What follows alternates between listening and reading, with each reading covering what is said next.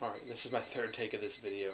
Alright, this is a video response to cutlerylover on his video that he was talking about his 12 gauge slugs, and he was asking people to post video responses or post comments of what we used for home defense.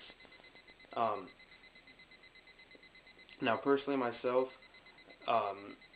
if I didn't have the option of my stepfather's handgun, and if he wasn't home and he had locked up the gun, then this is what I would use. But in the case that the gun's unlocked and I know where it is and I can access it, I can have that gun in under like 10 seconds in my hands ready to shoot, considering all I have to do is pull it out from where it is. All I have to do is grab it and it's already ready to go. He keeps it loaded, like I think it's like condition 1 or whatever it is that it is when you have a round in the chamber. And that's probably what I'll do too when I have my own place. I'll either do condition 1 or condition 3 with my handgun. And if I don't have a handgun, I'm going to have a pump shotgun in condition 3, so I can just pump a shell in there and get that audio effect and scare the crap out of someone. But I don't have either of those things at the moment. Right now, all I have is what's legal for me to have. Actually, I don't even know if it's legal for me to have. Well, no, it is, because I don't ever take them out of my house, right? But all I have, the most effective weapons that I have are blades. And this is the blade that I would grab if I was in danger and had time to grab it. Of course, I might not grab this one. I have 2 machetes that I would grab. I wouldn't grab them both because then that'd just be slow, and using one machete in each hand is really slow, and it's just cumbersome. There's so much that can go wrong when you're swinging 2 machetes. You could clang your own machetes together, you can get one stuck in the wall, and then you get distracted by that, leave yourself at a downside.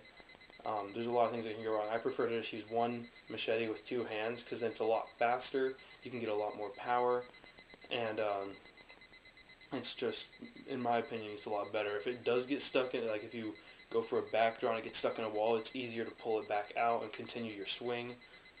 I prefer just going 2-handed. Now, in the case that this happens in my room, I keep 2 knives on my bedstand that I would use.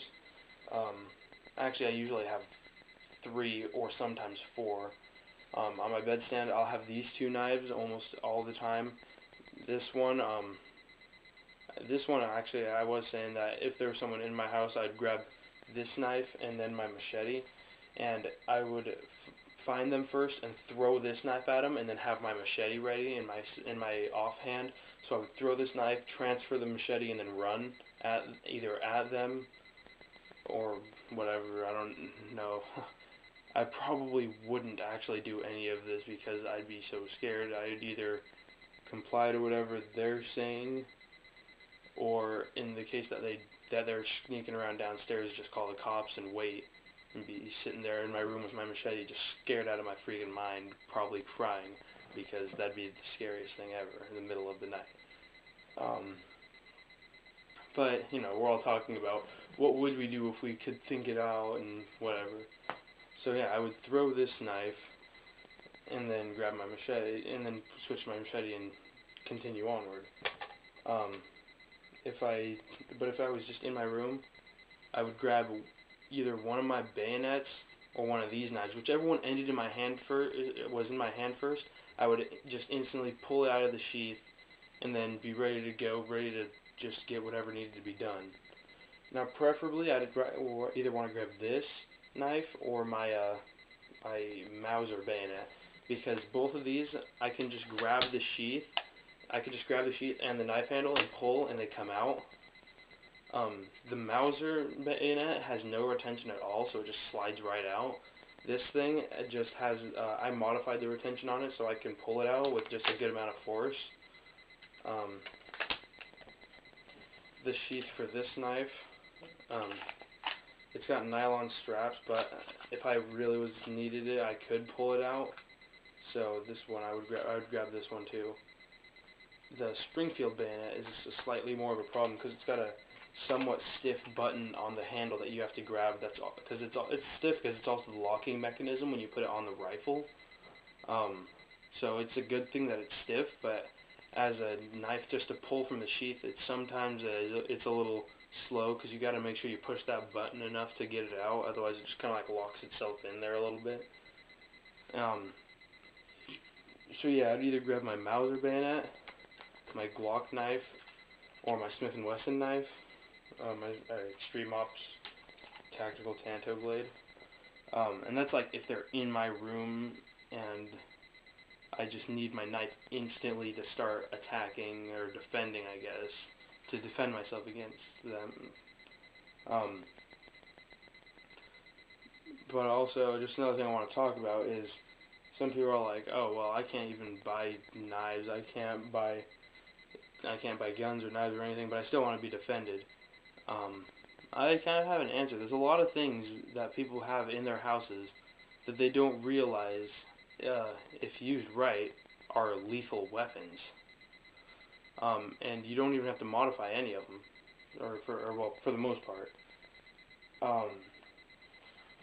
First thing I have here, this one's a slightly slower, cumbersome one, but it would do massive damage. And yeah, you see it right there. It's a bass guitar. If you have an electric guitar or a bass guitar, you know these things, they aren't lightweight. They have weight to them. And if you were just to swing one of these and club someone over the head, they'd be out cold. An acoustic guitar would probably be a worse choice because you'd end up just breaking your guitar into shreds, and then they'd be kind of angry at you, and they would just probably kill you and be done with it, run away. Or they get smashed over the head, realize that you're really angry at them, and then run away, which would be a good thing. So an acoustic guitar probably wouldn't work as well, but an electric guitar or an electric bass guitar would work fairly well. Also, golf clubs. If you happen to have a golf club in your shed or something, like, yeah, it's like, oh, my dad used to play golf, doesn't play it anymore, I don't have any interest in it, but we still have golf clubs. Grab a golf club, put it in your room. A golf club could be a lethal weapon easily. I've seen stories of people getting hit with a golf club on accident from like either a back, like the follow through hitting somebody, or just them skipping up at the wrong time and taking a club to the head and just killing them. So yeah, golf clubs can be very effective weapons, honestly, because they're not that incredibly heavy, but the very heads of them are solid and heavy, and especially graphite shafted ones. Since they flex when you swing, if you get a good swing before you can hit the person, it'll flex and then snap once you hit them, and then once it hits them, it'll smack, and it'll be going ridiculously fast, and it can knock them out and in some cases kill. So a golf club is a really good defense weapon, honestly. Also, a lot of people actually use this as a baseball bat, a wooden baseball bat, or even an aluminum baseball bat. I'd probably prefer an aluminum baseball bat. I keep an aluminum softball bat in my room, or I used to. I don't think it's in there anymore, but I have golf clubs in my room, and those are all really good choices. I mean, just about anything that's long, strong, and heavy, because reach is everything. In a defensive situation where you don't have a gun, reach is everything. Unless you can't move it. Like I said, if I had that bass guitar, but they had just a Becker BK9 Bowie knife, they could win easily. Because in that long swing that it takes, they could close in and get a stab in. So I mean, reach means a lot, but if you're really slow, reach can also just be useless. So you have to find a balance. I mean, I said reach means everything, but that's not true. With knives, I mean, if you get a knife, like, if you had a Glock knife, I mean, this thing's already super light. If I had a Glock knife with, like a double-length blade, that'd be an amazing knife for defense. Probably a counterbalance on the back of it, like a solid, like a full tang, like with this insert filled with steel or iron or something, and that'd be an amazing knife. In my opinion, I would buy that knife if someone made that, a Glock knife with a 2-foot blade and a filled handle, like this whole thing just like steel inside this polymer. I would buy that knife, because that'd be an amazing knife, because they're already fairly lightweight knives, and they're fast in the hand. So I mean, doubling this blade length, it would still definitely be a heavier knife, and it wouldn't be as ridiculously fast in the hand, but you'd get so much more reach and so much more just defensive capability with the knife. Of course, it'd basically look like a short sword, but it'd be still a pretty epic weapon for defense. Alright, it's getting... Oh, I know, I still have like 4 minutes, but I'm not going to make you guys sit through all that. But yeah, so that's my little rant on on basically home defense with blades, or other weapons that can be obtained under the age of 16, or even under the age of, under the age of 21, under the age of 18, under the age of 16 even. But yeah, so, I just thought of another thing. Another really good thing, it's not as long as the other ones, but it definitely could be used as a weapon, is like one of those C-cell or D-cell mag-light flashlights. Those things are epic. They're just big chunks of steel, basically, they're just beefy. Honestly, one of my friends, I saw this guy, he made a fake suppressor for a gun. It was really just like a flash hider, but it looked like a suppressor out of a mag light, and the thing just keeps holding up. I mean, they're super strong. Even though there's all that residue from burning powder inside of it, still makes an amazing flash suppressor. I don't know what they're made out of, but they work so good. It's just like, I'm pretty sure that it's a stainless steel, but I've seen those things get ran over by cars, and they just keep going. They're amazing flashlights, and then in that case, you could have it backwards as a flashlight, and it'd be almost like an expandable baton, except not expandable, with a flashlight on the back of it, and then you could just flip it over and smack them with the top of it. Like, you could think that if this was your mag light, and this is where the flashlight end of it was, and you were pointing at them, and you just flipped it over and smacked them with that side of it, just knock on the face. I mean, that'd be awesome.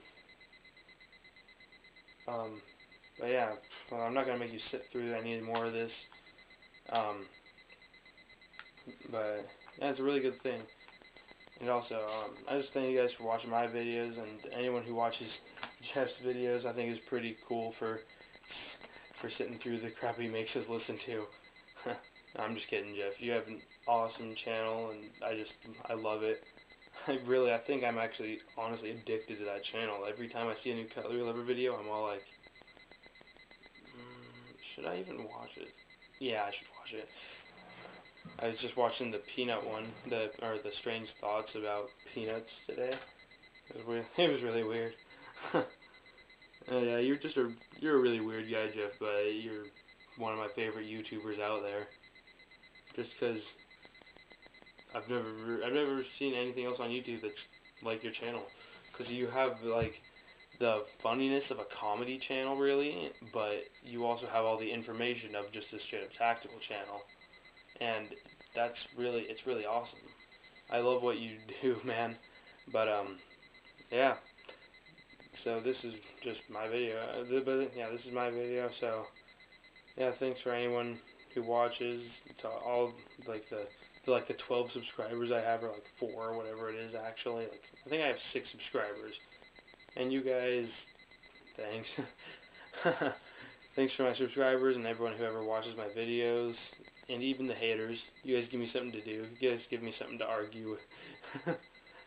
Nah, but yeah, I don't remember who it was, but this guy was just arguing with me so much. Because I made a video on this Glock knife, and he was just cussing me. I was just like, oh yeah, you're so stupid. You just think you're so BA with your knife. I'm like, hey man, I don't even know what I did to you, but I don't really care for your hating, and I don't really care for this argument. And he just kept going. I don't think he's even done yet. But, yeah, I'm just not even going to respond to that guy because he's just ridiculous. But yeah, so, like I said, thanks to everyone who does watch my videos, to anyone who supports me, if anyone does, thanks. But yeah, I'm out.